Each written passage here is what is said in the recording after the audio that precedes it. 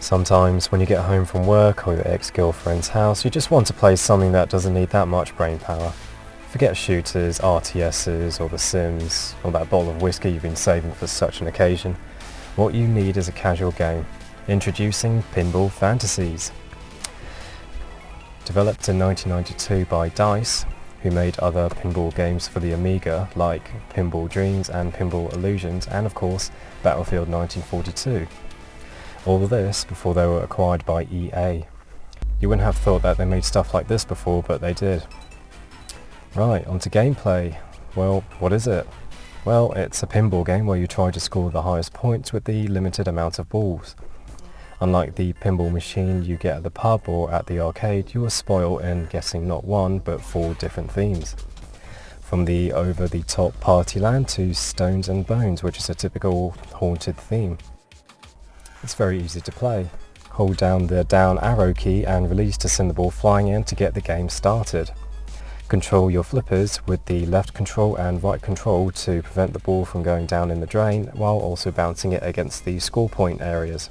To get really high scores, try getting the ball to hit all the little letters dotted about, like in Partyland it will be puke or something related to the theme you chose.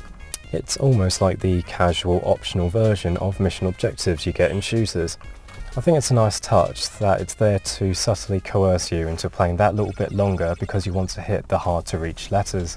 Sometimes you're not lucky and the ball will bypass your flippers and go straight down the hole, which is quite lifelike, as in most arcade machines you are often forced to lose a life, meaning more money to play further. Thankfully this little simulator here prevents you from spending your hard-earned pennies. On the off chance your ball becomes stuck, or if you want to jiggle your chances, you can of course jiggle the table. In the options menu you can change how many balls or lives you get, change the colour to mono if you're feeling adventurous, or if you're just curious to see what it's like to be colourblind without leaving the comfort of the game. Right, let's talk about the graphics and sound. Well, it looks good. The themes do a nice job of looking different and visually appealing in their own ways. There's just so much detail and eye candy just crammed onto your screen. My personal favourite is Partyland because of the amount of colour and also because it was the first pinball map I tried. Sound-wise, well, I didn't really have any expectations to be honest, but it does the job. It fits in well with the whole pinball-esque theme. Well, regarding replayability, gameplay can be quite addicting, as although I'm not really into pinball games, it was fun just watching the ball go around and watching your points rack up. It's one of those casual games where you don't need to do any thinking and just play. A fun little time waster. The choice of 4 themes not only offer different visuals but also different layouts to keep things fairly fresh.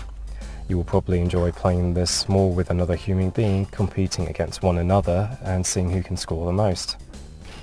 It was just really nice to see DICE's early works, as I had no idea they did pinball games. To see how such a small company decades ago has risen is quite something interesting, not only to read about but to also experience their work. Apart from the fact that the ball can bypass your flippers on the off chance, I couldn't find any faults with the game.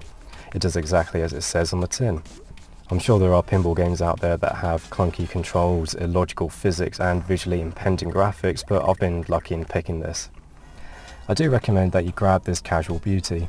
It's one of those games you just want to keep in your collection on hand if you don't particularly fancy playing anything too intensive, or if you want to kill some time, or temporarily forget how much your life sucks. A great alternative to drinking. Well, thanks for watching, and don't forget to like and subscribe, and let me hear your thoughts in the comments.